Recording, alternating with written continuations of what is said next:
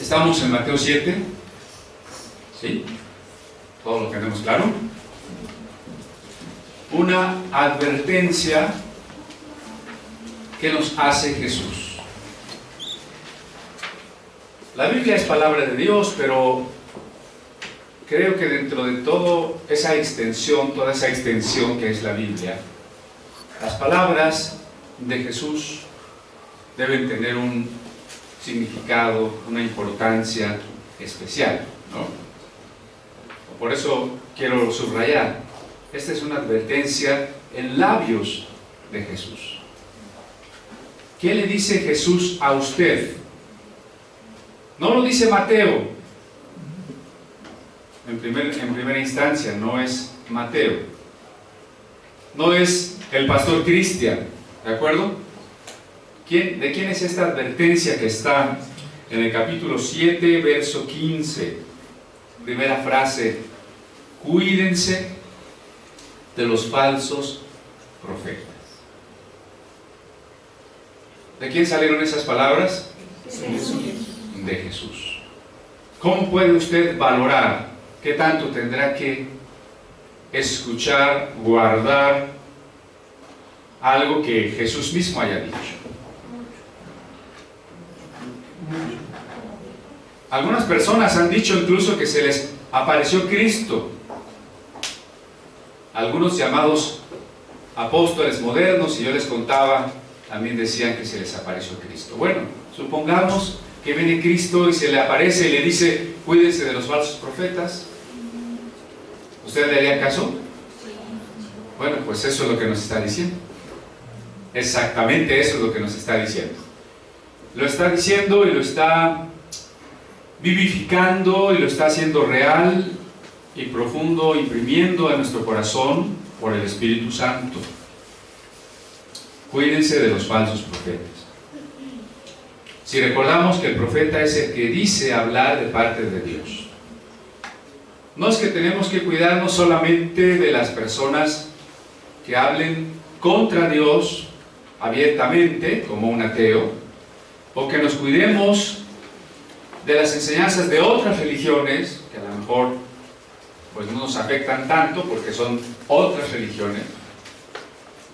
Jesús está diciendo esto en el contexto del judaísmo, en el contexto del grupo de sus discípulos. Mateo lo está retomando en el contexto del cristianismo del siglo I.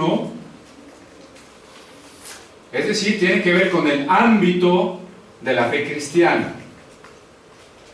Esta advertencia contra los falsos profetas tiene como contexto el mensaje de los evangelios, es decir, aquello que distorsione la doctrina evangélica. Por eso tenemos que tener mucho cuidado con los falsos profetas. Y la mejor manera de evitar caer en sus engaños es que los fundamentos estén bien colocados. Porque si nosotros no tenemos bien colocados los fundamentos, podemos ser engañados. Por eso el apóstol Pablo decía, el apóstol, ya dije Pablo, pero no sabemos quién escribió la carta a los hebreos, decía que vayamos más allá de los primeros rudimentos, habiendo dejado bien firmes esos primeros rudimentos, es decir, esos cimientos de la fe. Y también dice en las epístolas que no seamos niños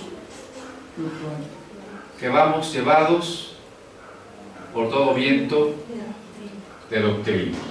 ¿Sí?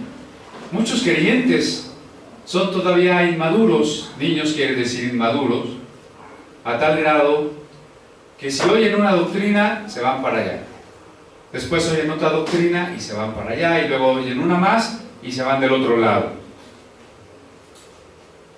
Y no sabemos exactamente en qué creer, y a veces tenemos una combinación de doctrinas incoherente, contradictorias. No lo digo esto en afán de soberbia, no es la actitud de decir nosotros somos los únicos que estamos bien. Aclaro, no. Usted no vaya a pensar o a sentir, bueno, es que en Comunidad Apostólica es lo mejor, todo lo demás no está bien. De ninguna manera. Hay muchas iglesias, gracias a Dios, hay muchas iglesias que están caminando bien. Hay muchos cristianos que están anunciando correctamente el Evangelio. Con todas las diferencias secundarias, fíjense, subrayo, secundarias, con todas las diferencias secundarias que podamos tener, muchísimos cristianos en el mundo mantenemos la esencia del Evangelio. Entonces, el afán no es decir que solo nosotros estamos bien, ni que nosotros somos los mejores. El afán tampoco es criticar a los hermanos sinceros que muchas veces son engañados. Porque muchos hermanos de verdad están buscando a Dios. Si muchas veces creemos lo que algún predicador nos enseña, lo que algún libro dice, es porque tenemos hambre espiritual, es porque estamos en la búsqueda, ¿no? Muchos hermanos, a pesar de los errores que puedan tener o en los que pueda tener su iglesia, de verdad están permitiendo que el Señor obre en sus vidas. Han nacido de nuevo. Incluso son personas amorosas, personas que están ayudando a los demás, que están evangelizando, que están compartiendo la palabra. Yo diría, a pesar de. Entonces, ¿por qué el Señor nos advierte de los falsos profetas si sus discípulos podrían ser sinceros? Porque no siempre los líderes son tan sinceros como la gente. ¿Recuerdan ustedes cuando el Señor habló duramente? ¿A quién le dijo hijos de serpiente? Generación de víboras, es lo mismo, ¿no? ¿A quién le dijo hijos de serpientes? ¿A las pobres personas del pueblo que venían a escucharlo? Aquel que venía con esa sensación de la culpa, sintiéndose tremendamente pecador, Jesús lo señalaba y le decía, hijo de serpiente. No, Jesús nunca le habló con dureza, con reprensión a las ovejas. Le habló con dureza a los falsos pastores, le habló con dureza a los falsos profetas. Por eso es que Él nos advierte y nos hace esta diferencia entre el que puede estar siendo engañado y aquel que deliberadamente ha aceptado y enseña el engaño porque además le conviene. Yo le puedo decir que si tuviésemos la oportunidad de una entrevista con ciertas personas que están predicando lo equivocado, ¿cree usted que muchas de ellas rectificarían? No, porque ya está involucrado muchísimas cosas, ¿no? Su interés, exactamente. Ya, bueno, y ahora, entonces ya no voy a insistir en que yo tengo la autoridad de las nuevas revelaciones, entonces ¿dónde quedo yo? Ya no voy a insistir en que tienen que dar dinero para que Dios los bendiga y entonces, ¿ahora de dónde voy a recibir? Y otros intereses, hay muchos intereses por los que muchas personas no van a aceptar, no van a corregir. Creo que este problema se dio entre Jesús y los fariseos, ¿no?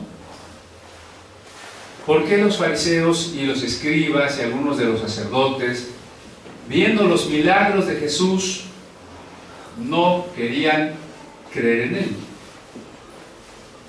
¿No dice un texto por ahí, amaban más la gloria de los hombres? Eso de tener un lugar de reconocimiento, una posición de influencia, de poder, es tremendo. No se puede renunciar fácilmente a eso. Por eso es que a ellos les costaba trabajo. Y en vez de reconocer a Jesús, surgió la envidia. Y Jesús sanó a un hombre, si no me equivoco, es un hombre que tenía la mano seca. Y sus oponentes, los oponentes a Jesús, no dijeron que el milagro era falso, no podían arguir que el milagro era falso, pero buscaban ese prietito en el arroz, ¿no? ¿Por qué lo sanaste en sábado? Lo puedes sanar de domingo a viernes. Tienes muchos días para sanar. ¿Por qué lo tienes que sanar el sábado? Es decir, es más fácil descalificar, juzgar, que renunciar a lo que tengo, reconocer mi error y rectificar. Es más fácil.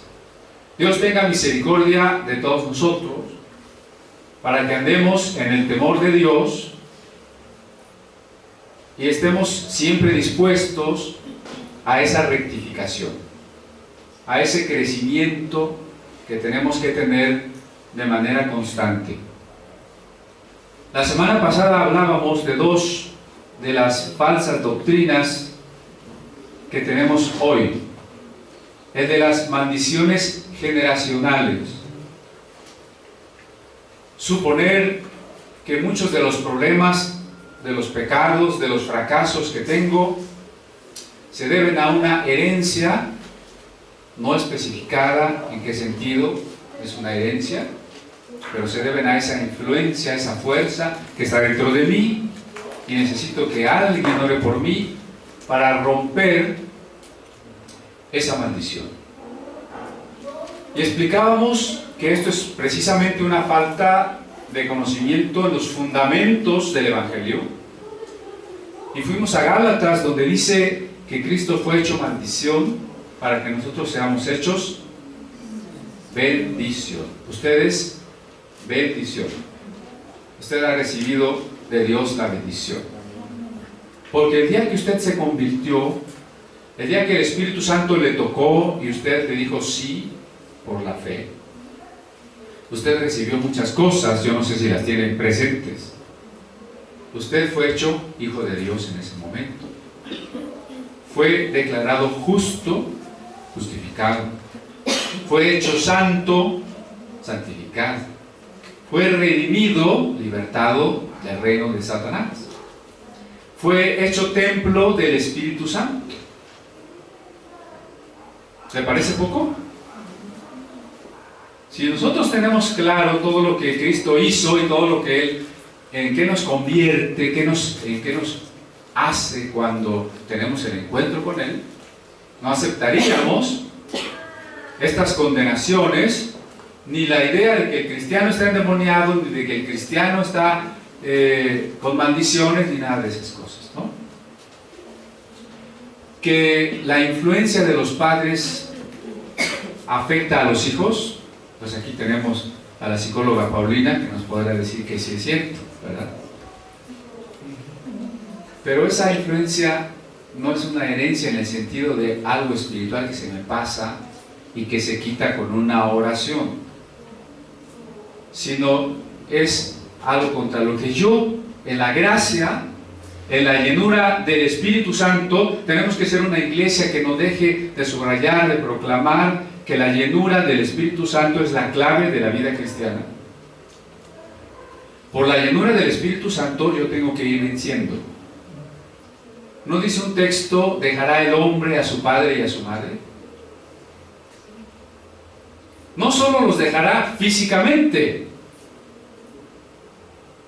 Ya saben que si alguien se casa, pues tiene que irse a vivir a otra parte, ¿no? Nada de que ¿te casas conmigo? Sí, nos vamos a vivir con mi mamá porque no tengo dinero. No se vale, ¿verdad? Sí, el que se casa debe separarse de los padres físicamente, pero ¿sabe? También tiene que separarse, hacerse independiente como persona en su carácter, y más que en el carácter, en su personalidad, para no repetir los errores de los padres. Pero eso no se logra con que yo se los reprenda, ¿no? Orando por ustedes. Eso se logra con un trabajo cotidiano, con la decisión que en la llenura del Espíritu Santo tenemos que trabajar, ¿no? Bueno, ¿eso ya quedó claro? Después hablamos del nuevo clero, los apóstoles modernos, y cerramos con aquel texto del Apocalipsis donde el Señor elogia a la iglesia de Éfeso y le dice, alabándola: has probado a los que se dicen ser apóstoles y no lo son. La iglesia, y usted y yo somos la iglesia, tenemos que probar a los que se dicen ser apóstoles. ¿Hay apóstoles? Sí.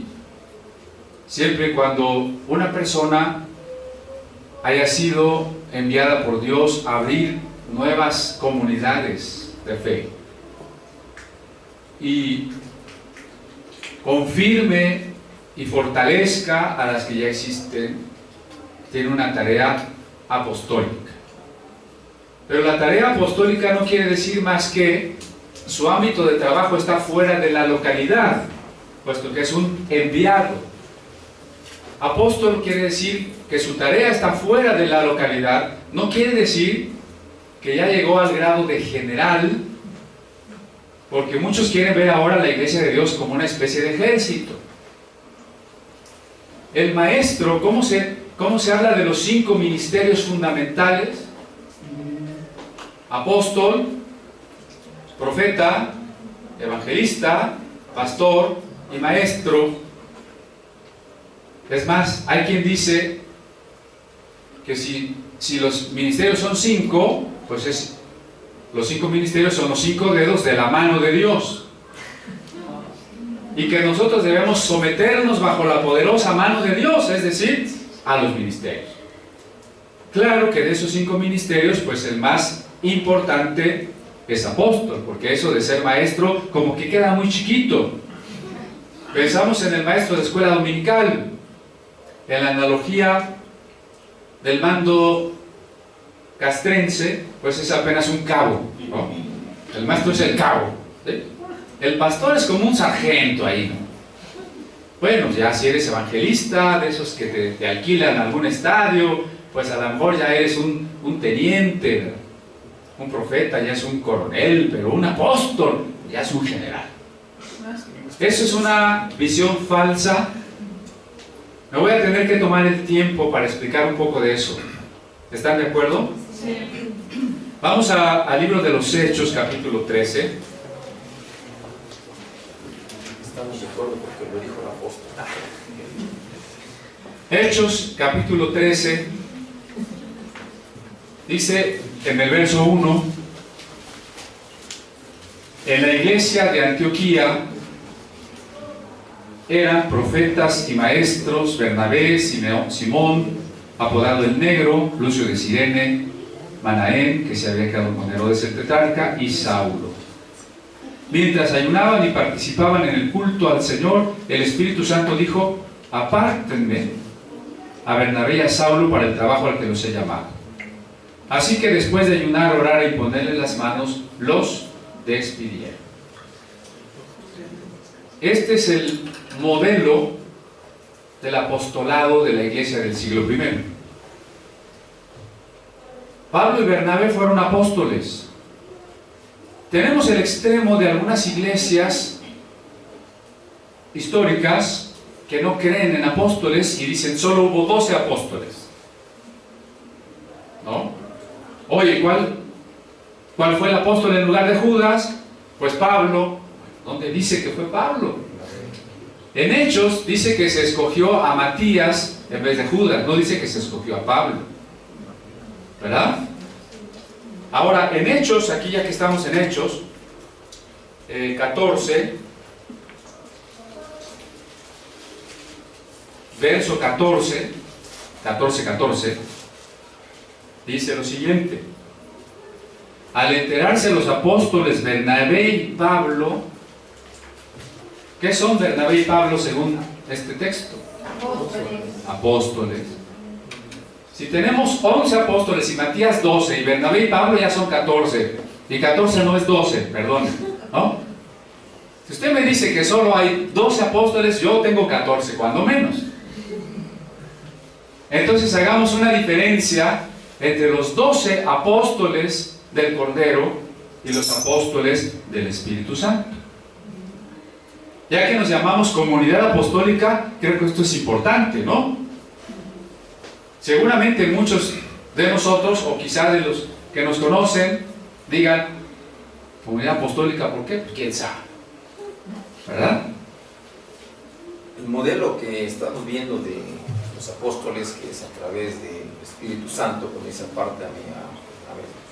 En otro texto dice que los apóstoles también echaron suertes. ¿En qué consiste o cómo es este proceso? Primero tenemos los 12 apóstoles del Cordero, ¿no? Es decir, este es un número simbólico. El 12 en la Biblia representa el pueblo elegido. Cuando Jesús no reitera, no reivindica el pacto en el sentido judío tradicional de conquistar el territorio, de pensar en un gobierno político sobre el mundo, de una salvación por medio del cumplimiento de los ritos de la ley, Cristo no reivindica el pacto en ese sentido, sino en un sentido más profundo, en un sentido del amor. Y para ello, Él va a edificar el Israel pleno. El Israel pleno que estará constituido por los judíos que sí creen en Él y los gentiles que sí creen en Él. Ese nuevo pueblo estará representado también por el número 12, a semejanza de las 12 tribus de Israel. Que cuando el Señor vivía, las 12 tribus ya no existían, pero el 12 seguía siendo representativo del pueblo elegido. De esos 12, uno traicionó al Señor y no permaneció. Como los apóstoles restantes no habían recibido el bautismo del Espíritu Santo, no estaban capacitados para entender la voluntad de Dios como la podemos entender ahora que el Espíritu Santo tiene una relación más íntima con nosotros. Mientras había una situación de transición, una situación perentoria, el Señor ya no estaba con ellos y el Espíritu Santo no había venido. ¿Qué hacemos para saber lo que Dios quiere? A ellos se les ocurrió echarse un volado. Bueno, no sé si fue un volado o fue que saque la varita más larga o no sé cómo, ¿verdad? Pero ese no es el orden de Dios, eso no es lo ideal. Eso fue lo que ellos usaron, a lo que tuvieron acceso en esa sensación de que el Señor no estaba y la promesa no se había cumplido, ¿verdad? Pero una vez que el Espíritu Santo vino sobre la iglesia, no volvemos a leer que se hayan echado volados a ver quién se iba de apóstol. ¿No? No podemos aquí en la iglesia, a ver, todos van a tomar un papelito y al que le salga una A, se va de apóstol, ¿verdad? De ninguna manera. Ahora, hay otra manera en que podemos conocer la voluntad divina, y ahí está en Hechos 13. Lo primero, fíjese usted, a ver si allá nos pueden poner Hechos 13, 1, por favor. ¿Sí?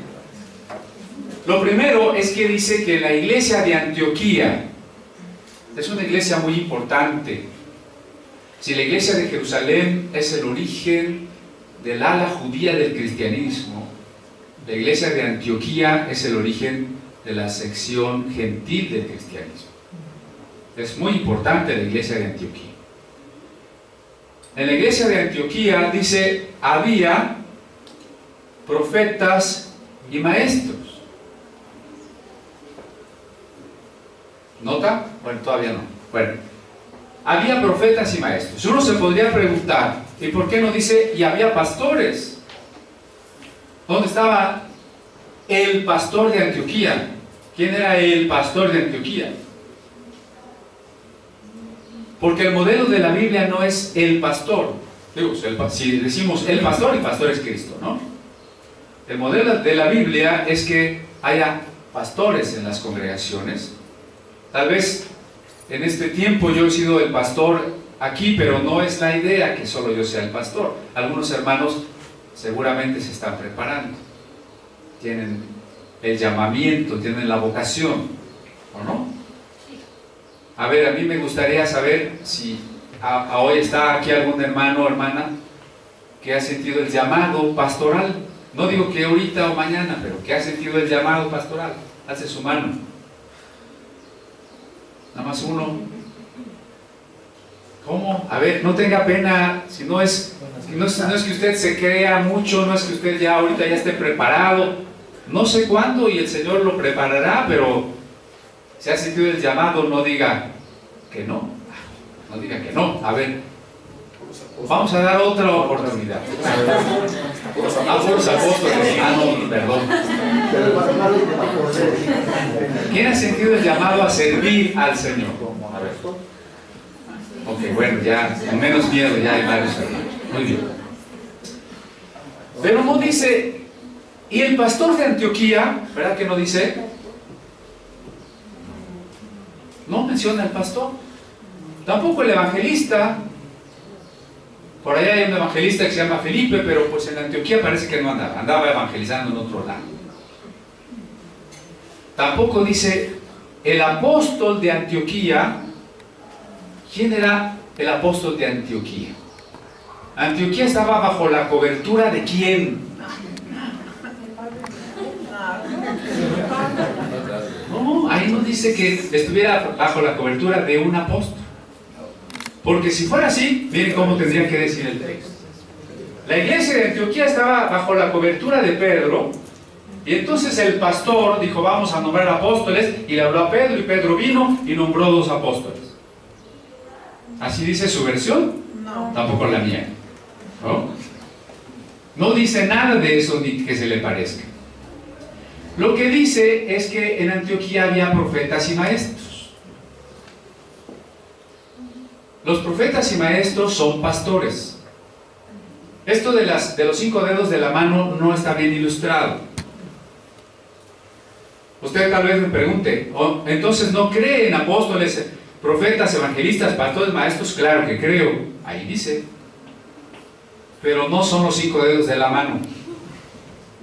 Tenemos que entenderlos de otra manera. La palabra pastor se refiere a cualquiera que guía, alimenta, defiende a las ovejas. Y en ese sentido, todos los ministerios de la palabra son pastores, ¿o no? No puede decir un maestro, yo soy maestro pero no soy pastor. Bueno, con tu enseñanza no alimentas, con tu enseñanza no guías, con tu enseñanza no previenes de los peligros. Entonces, ¿qué eres? Pues pastor. Y lo mismo el profeta. Entonces, vamos a pensar estos 5 ministerios o 5 palabras como referentes a otra cosa. En primer lugar, todo ministro es un pastor.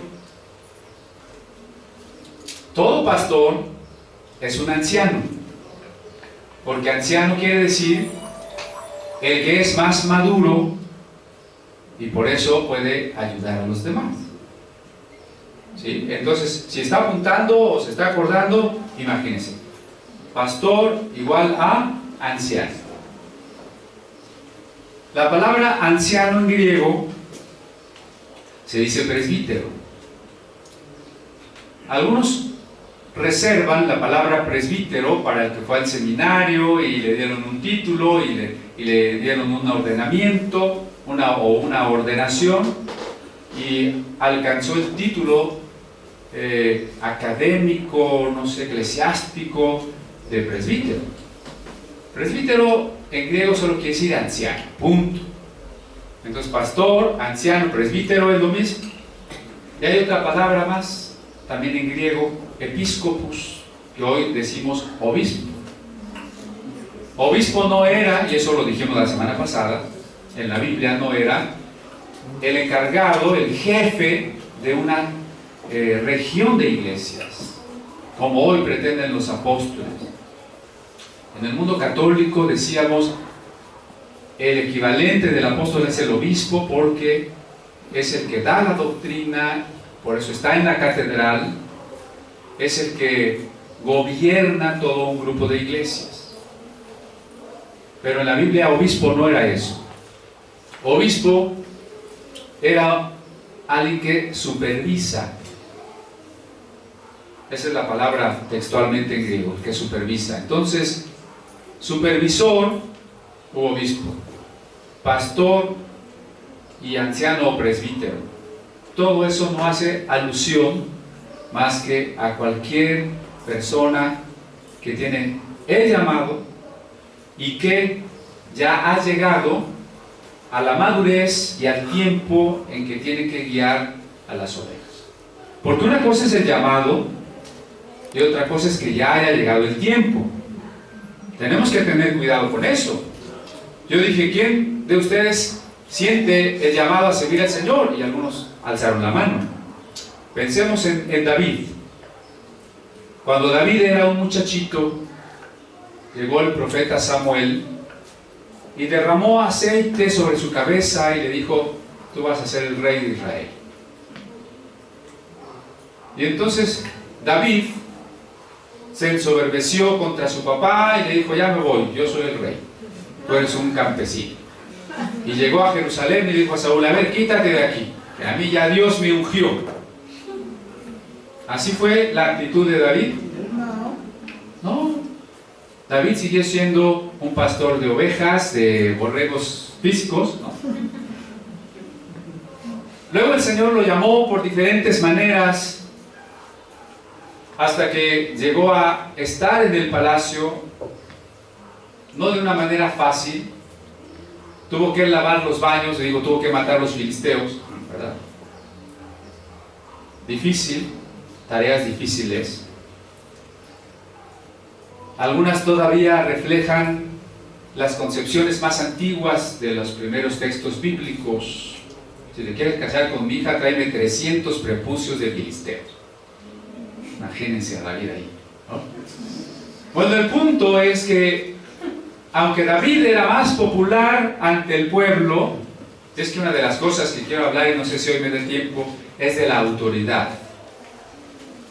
Porque los apóstoles modernos mal usan la autoridad, pero la autoridad es un tema muy importante.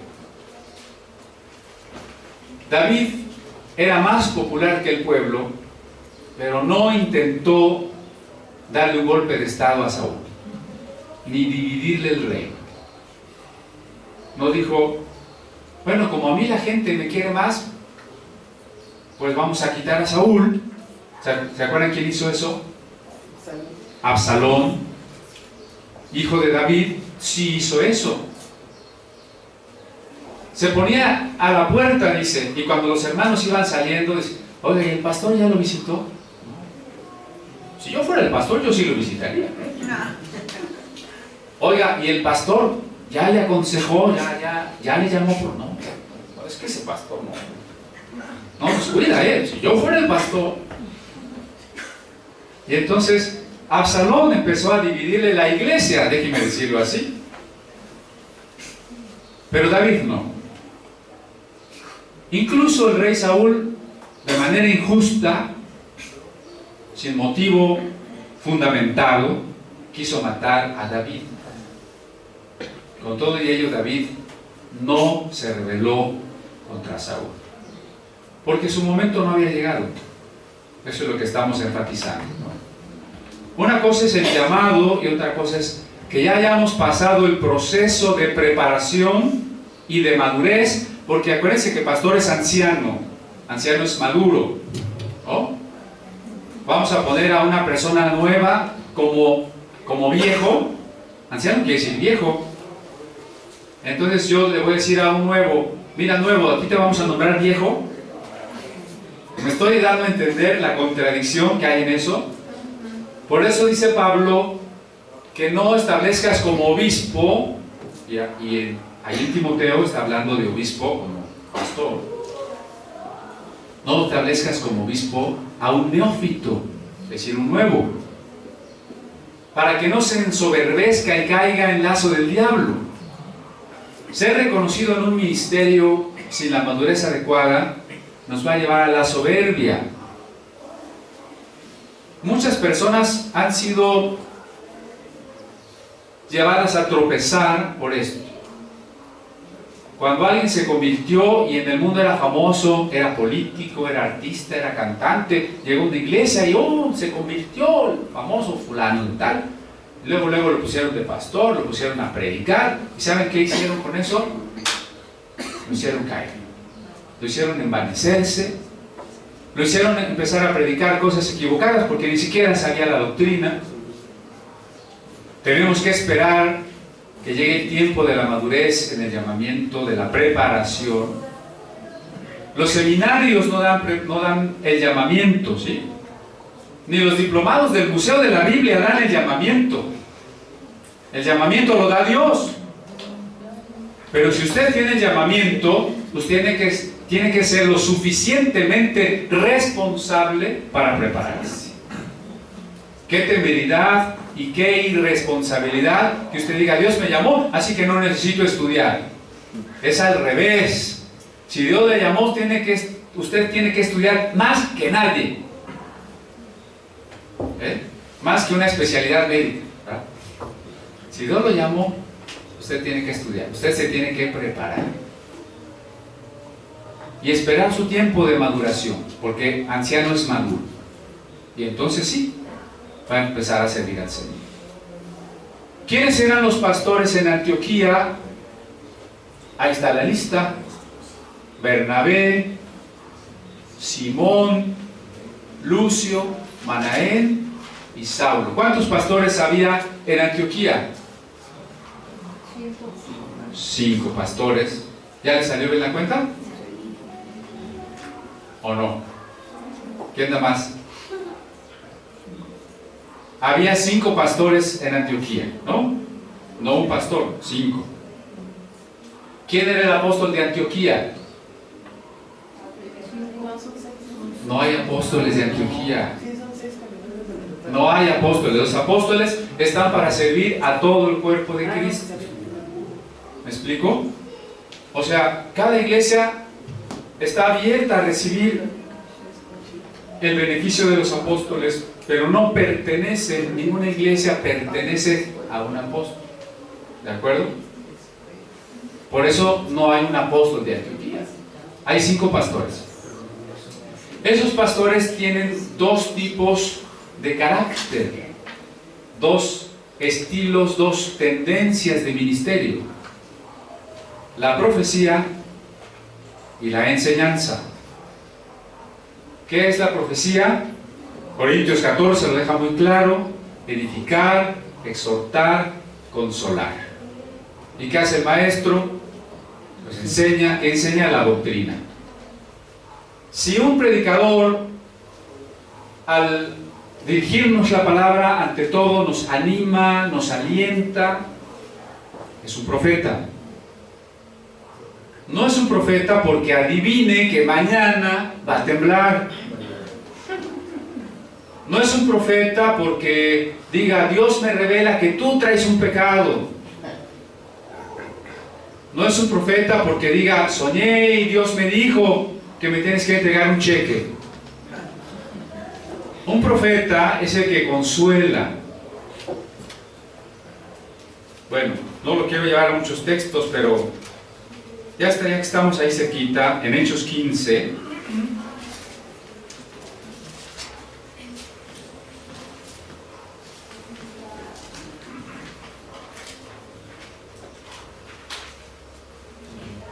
versículo 32,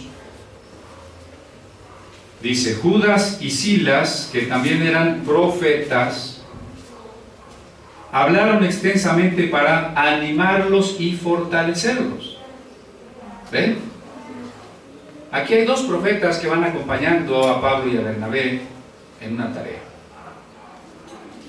Y dice que como ellos 2 eran profetas, le dijeron a la iglesia los secretos que los hermanos querían saber, los reprendieron por sus pecados, les vaticinaron todas las cosas que iban a pasar y les sacaron todo su dinero.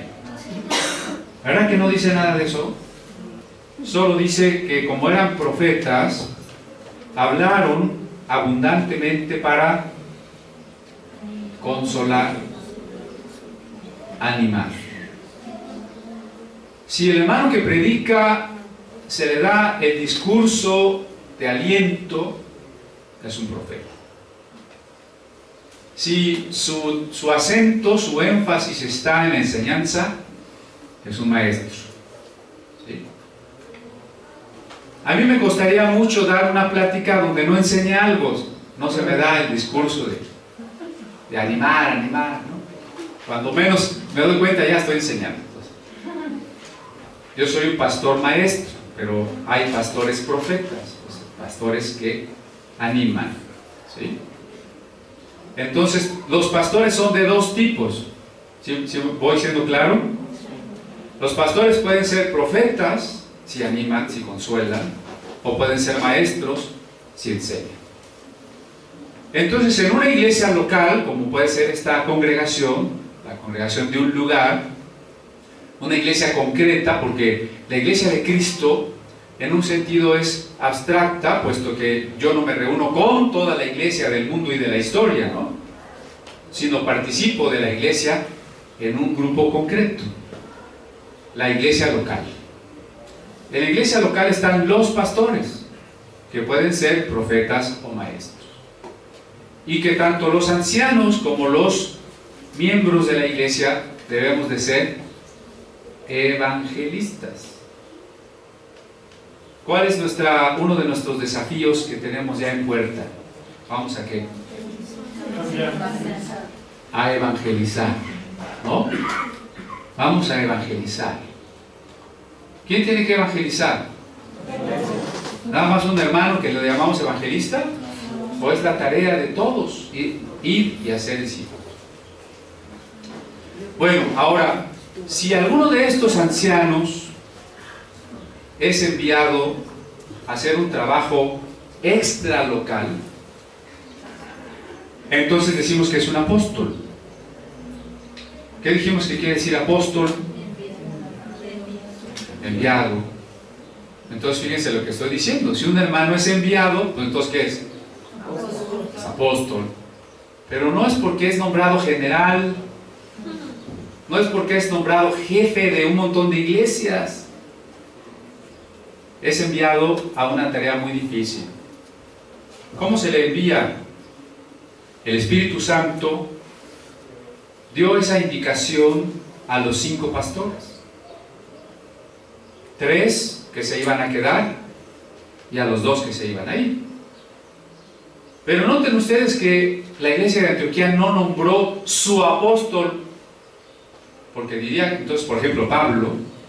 Antioquía nombró su apóstol Pablo y entonces todos se sujetaron rápidamente a Pablo. No dice nada de eso. Para empezar, fueron 2 apóstoles. Es decir, así como hay pluralidad de pastores, de ancianos, hay pluralidad de apóstoles. Es muy diferente decir que varios hermanos están enviados a hacer la obra, a tener uno de ellos al que yo le digo mi apóstol. No es correcto decir mi apóstol. Les pusieron las manos y los mandaron. No dice les pusieron las manos y entonces ellos ya se quedaron allí a gobernar, porque pues ya eran los apóstoles. Los mandaron. ¿De dónde los mandaron? Pues a la guerra, plano, ¿no? Porque tuvieron que ir a ciudades donde no había evangelio y ahí los persiguieron y los apedrearon y etcétera, etcétera. Tal vez al principio les dieron una ofrenda o a veces les mandaban ofrenda, pero seguramente muchas veces ellos tuvieron que ir por fe. Porque así dijo Jesús, ¿no? Vayan y no lleven ni alforja ni nada, o sea, vayan. Hospédense donde les abran las puertas. Entonces el apóstol es alguien que va en la fe. Todo ministro es alguien que ha escogido antes la vida modesta que la vida de riqueza. Estos apóstoles entonces tienen una tarea: abrir nuevas iglesias y fortalecer a las que existen. Pero en ninguna parte, y esto es importante, en ninguna parte del libro de los Hechos, ni en las cartas de los propios apóstoles, se dice que ellos eran los jefes de una cobertura, sino que ellos son un ministerio más, son pastores, simplemente que en ciertas etapas de su vida, su tarea no está en la localidad, sino fuera de la localidad. Vamos a allí, Hechos 14 al final.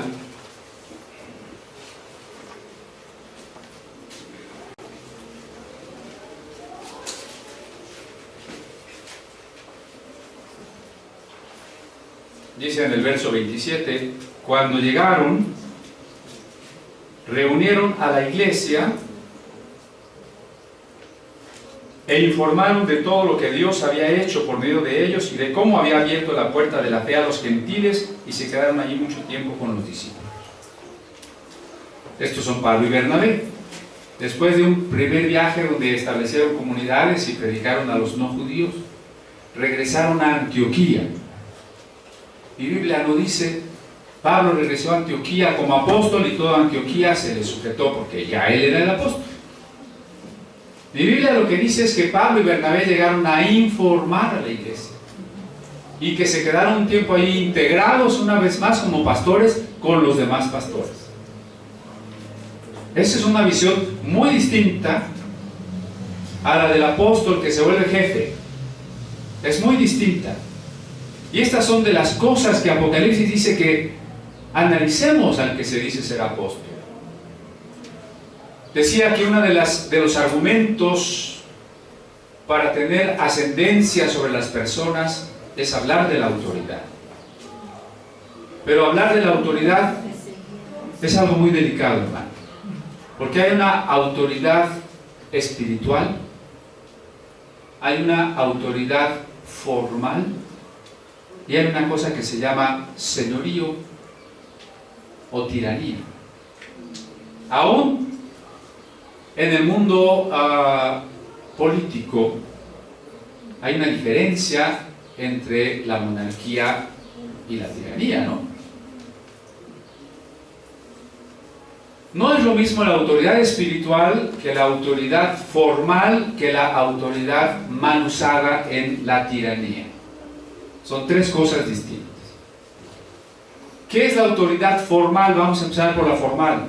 Es la que obedece a un nombramiento oficial institucional. La sociedad se ha organizado en instituciones.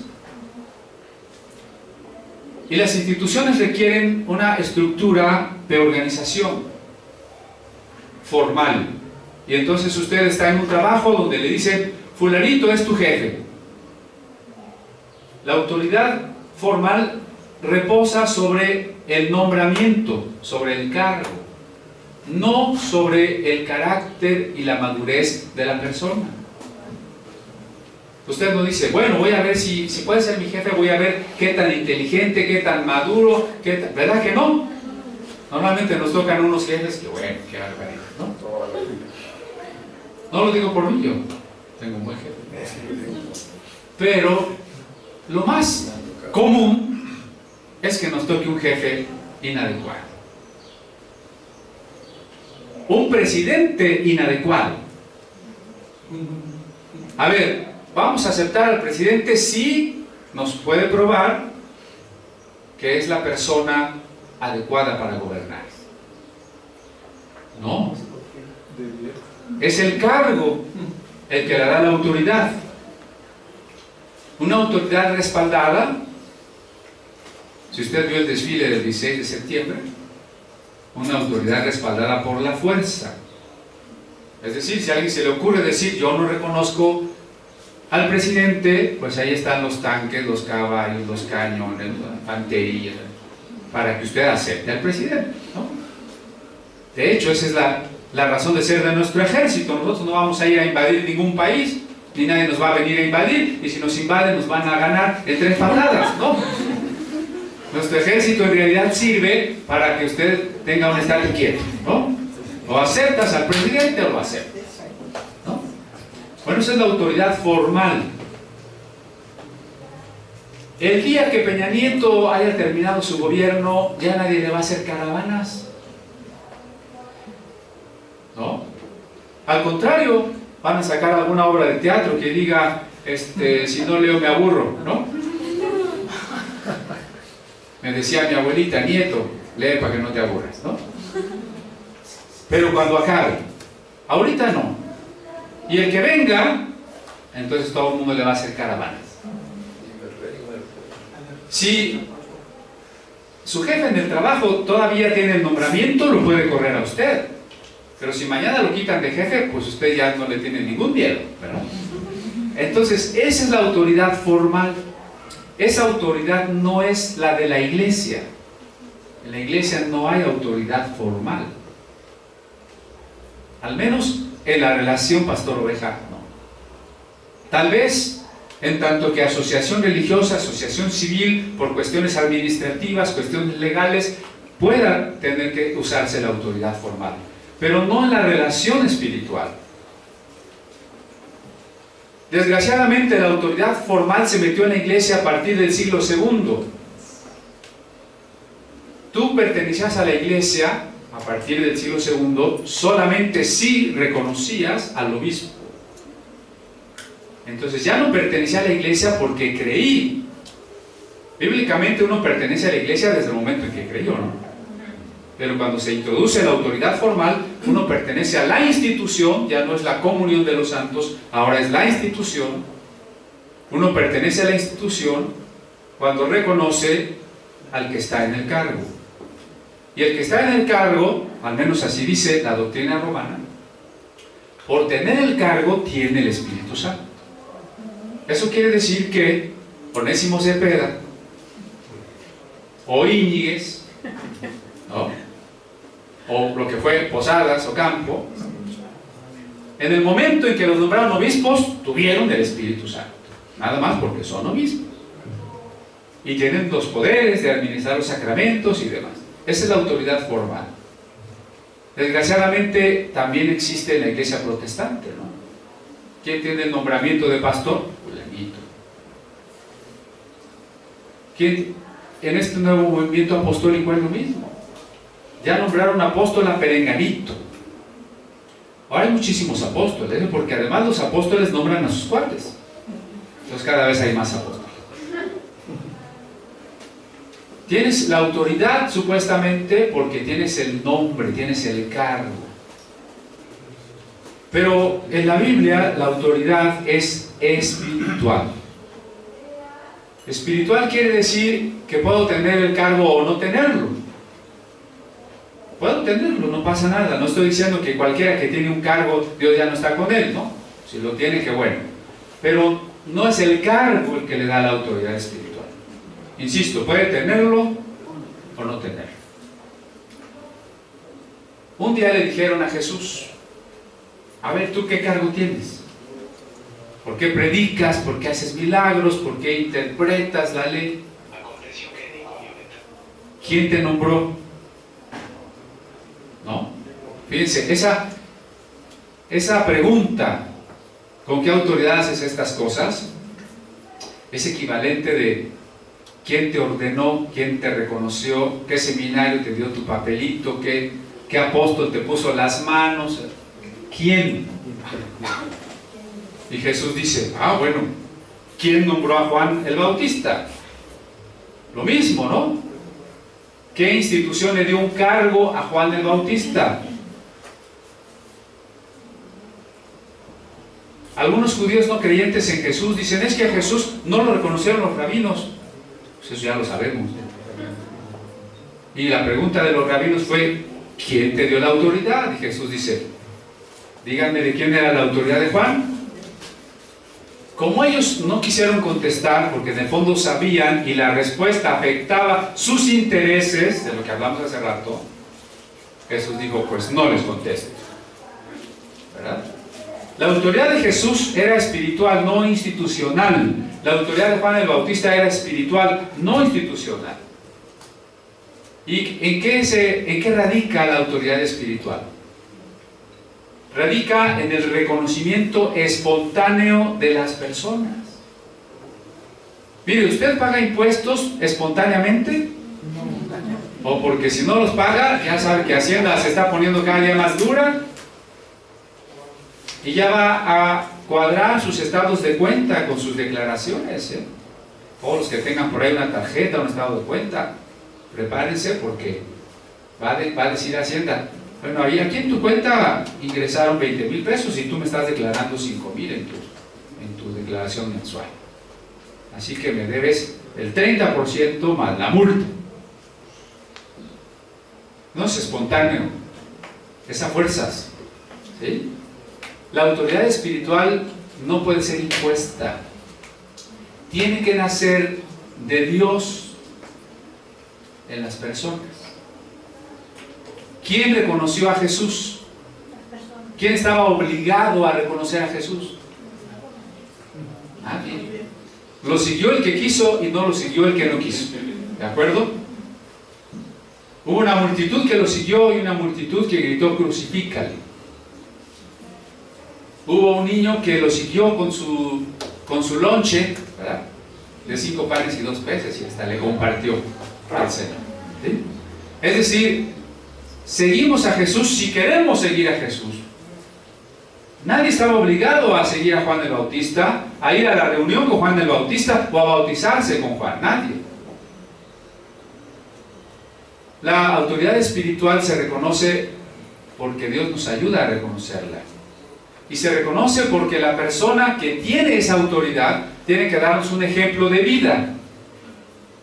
Dice el apóstol Pedro en su primera carta, capítulo 5, sean ejemplos de las ovejas, no como teniendo señorío. Fíjense, ahí queda muy claro, ¿no? Tengan cuidado de la grey, no como teniendo señorío, sino siendo ejemplo. Hermanos, yo quiero que ustedes se sujeten a mí y ustedes ven que yo vivo mal. Van a desear reconocer mi autoridad.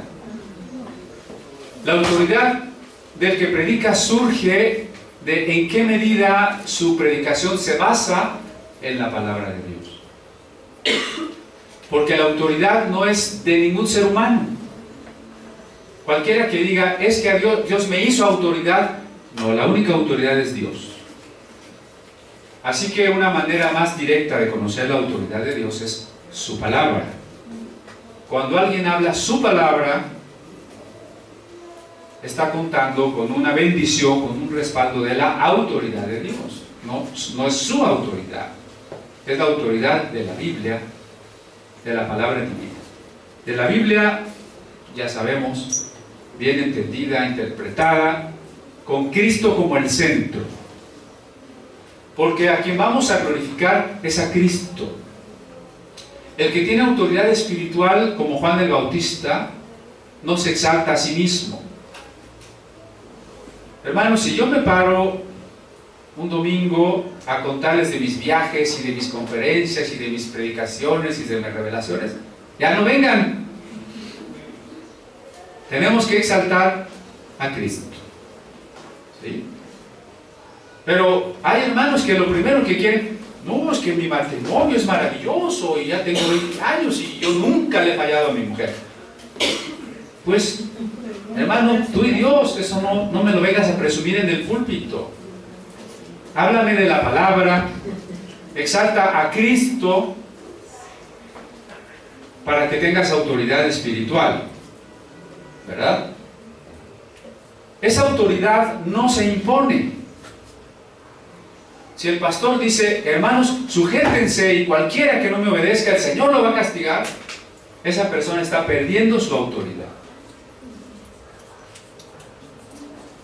Un día Moisés fue confrontado no en el plan de mostrarle un error, porque todos podemos tener errores. Yo le pido, no solo le comento, sino le pido que los errores que vea en mí, se acerque y me diga, por favor, se lo pido, se lo suplico. Pero en esa ocasión Moisés fue cuestionado en el sentido de, no nada más tú eres profeta. Moisés no se defendió. Dice el texto que Moisés era el hombre más manso sobre la tierra. ¿Ven? Qué interesante. El hombre más manso sobre la tierra.